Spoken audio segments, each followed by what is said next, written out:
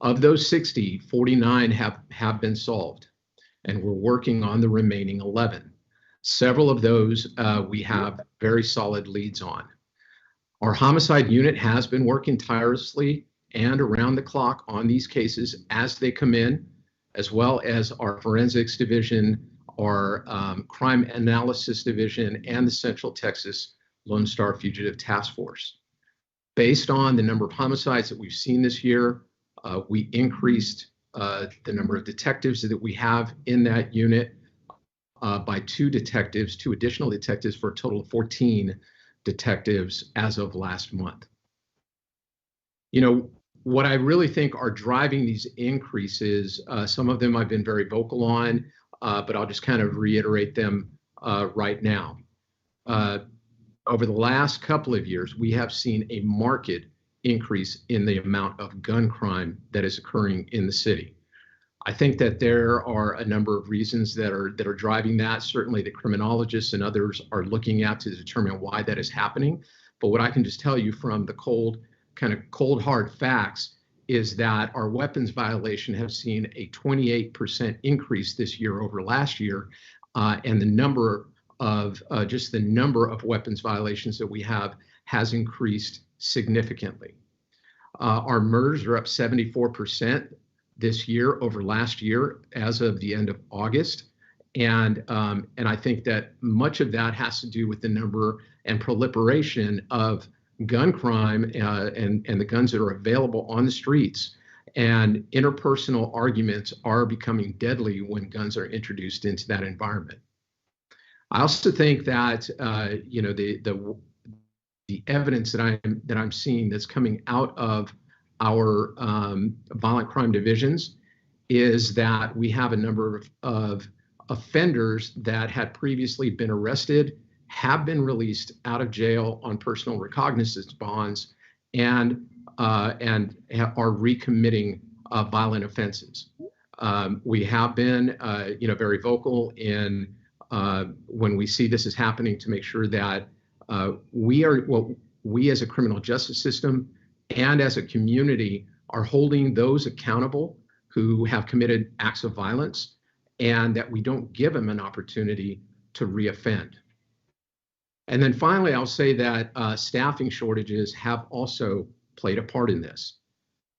Research shows that the #1 deterrent for crime is officer presence. And with the fewer number of officers that I have right now on patrol, that really are many times running from call to call and do not have an opportunity for proactive police work, has decreased that officer presence and has provided opportunities for people to commit these acts of violence. It's a complex issue, and I think it's one that, you know, we really need to, as a community, come together to work on jointly. What I ask from our community is, when you have information regarding individuals or groups of individuals that are committing crimes using guns, or are committing aggravated assaults, are committing shootings and other acts of violence in our neighborhoods, that you call the police. Please help us to catch these offenders, to make sure that they are taken into custody, and that they ultimately can be held to account for these acts of violence. What we will do as a department is continue to evaluate, just as I mentioned, moving more detectives into our homicide unit. We continue to look at all areas of the department to see how we need to make staffing adjustments to continue to keep the city of Austin safe from those who would do violence upon it. I'll go ahead and stop there and take a few questions.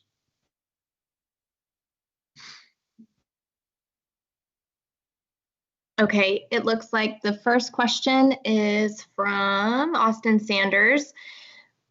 Chief, in your view, what role do APD patrol units play in preventing homicides?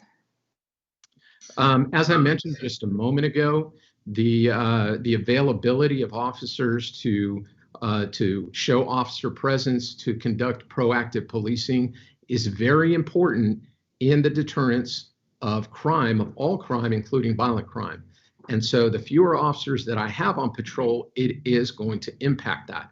And I think that that has played a part in this overall increase that we're seeing in the number of murders and aggravated assaults. I can say that other types of crimes in the city have actually been on the decline. Our robberies are actually down 6%. Crimes against persons overall are down 5% for the year, and our crimes against property are down 7%. But as I mentioned earlier, our murders are up 74%. And overall, our aggravated assaults are up 10%, with non-family violence or, perhaps people who just know each other or stranger-on-stranger assaults are up 12%. So, I mean, what we see is a small category of crimes related to aggravated assaults and murders that are up sharply, and that's very concerning. And that is where we're going to focus those efforts. Thank you. The next question is from Patch.com. Patch Austin, Megan Falcon. Has the growth of the community impacted this increase in homicide crimes? And it's a three-part question, actually. You want to answer that one first? Yeah, let me start right there. And maybe I might even answer some of the other parts of the question. But I would say that definitely has had a strong influence on all of this. So I mentioned that in 1984, we had 59 homicides. In 1984, the city of Austin's population was at 385,000. We're currently sitting at almost 1 million people.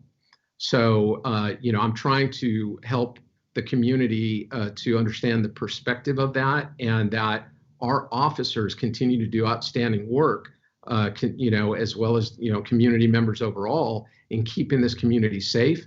But as this community continues to grow,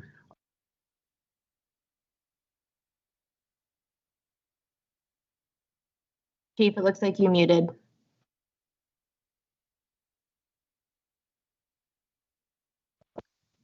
Someone in the meeting muted me, so apologize for that.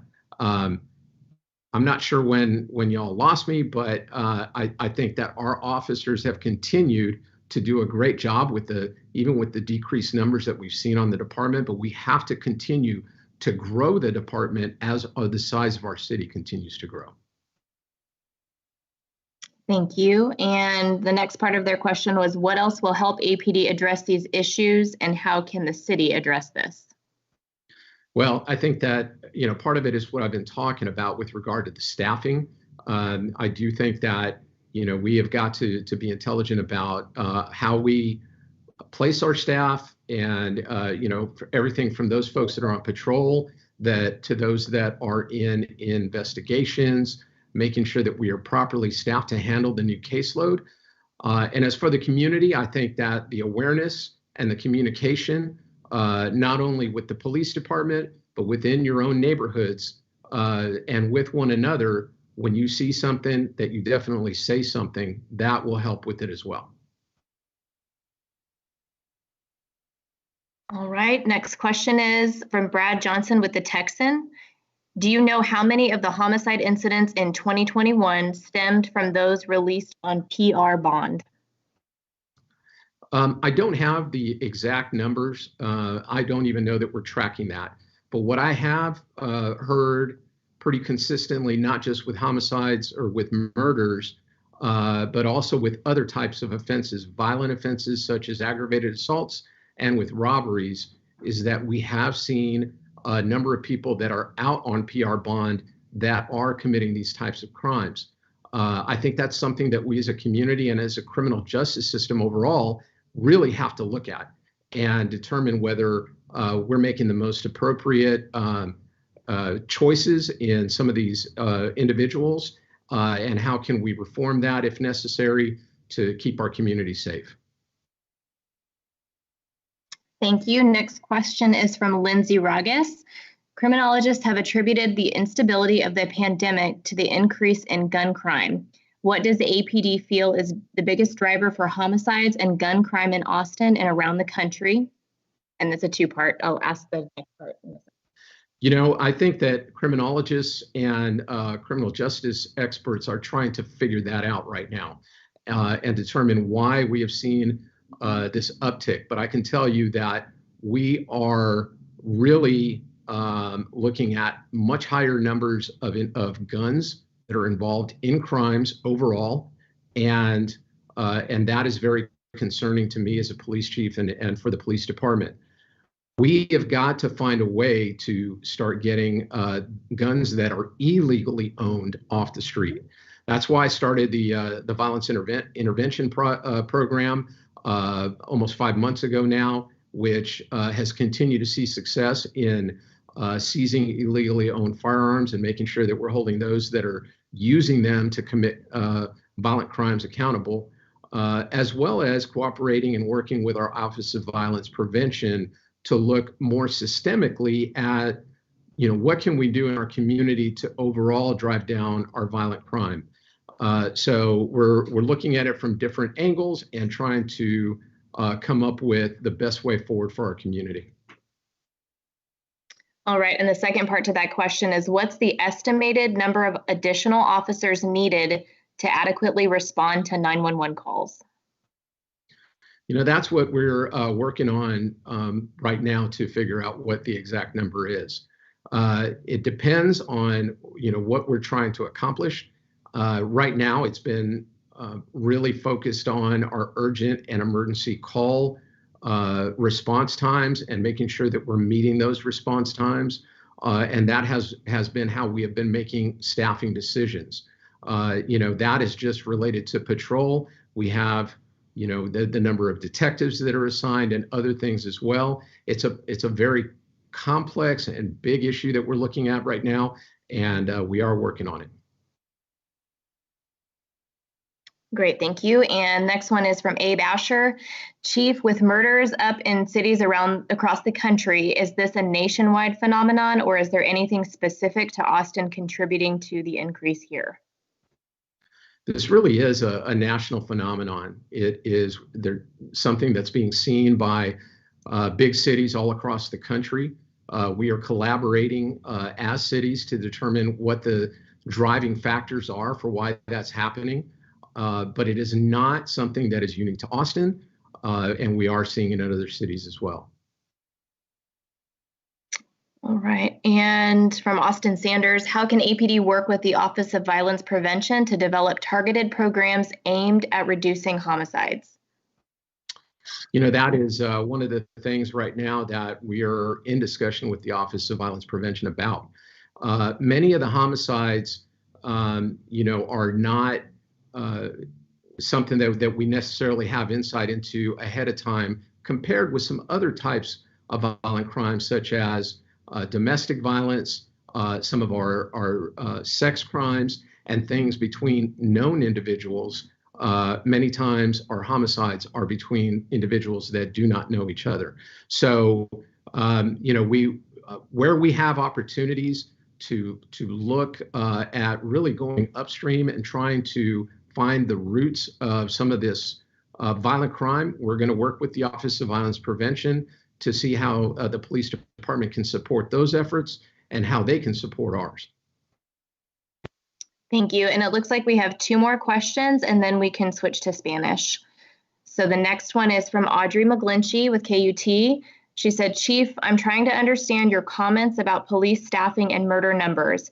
It seems difficult to imagine that someone would not go through with a violent assault such as murder because an officer happens to be driving by. That just seems too coincidental to have a casual effect. Can you explain your comment? Well, I guess I would disagree with that assessment. I think that officer presence can be a deterrence for many types of different kinds of crime, and having more officers that are more visible is going to assist that. And whereas some of those might become violent later on, we're able to deter those initial crimes to begin with. Many of these homicides really are beginning as interpersonal disagreements, and being able to intercept those earlier and maybe intercede in them earlier can help to, I think, is going to be able to help drive those numbers down. Thank you. And last one is, what is the realistic goal for the department on 911 response times? Is it still floating around 9 minutes? That's from the Texan. You know, we have not changed based on the numbers, and I don't have the numbers directly in front of me right now, but we have not changed our target times for 911 for emergency and urgent calls. We are looking to see, based upon some staffing changes that we have made, whether we're attaining those or not, and then we'll continue to evaluate. But we have not changed our target times. Thank you, and I think you can jump into Spanish now. Okay. Estos comentarios son sobre los números de asesinatos que está pasando aquí en Austin. Se están creciendo. Hay 60 ahora por la año aquí en Austin. Eso no es justo, y eso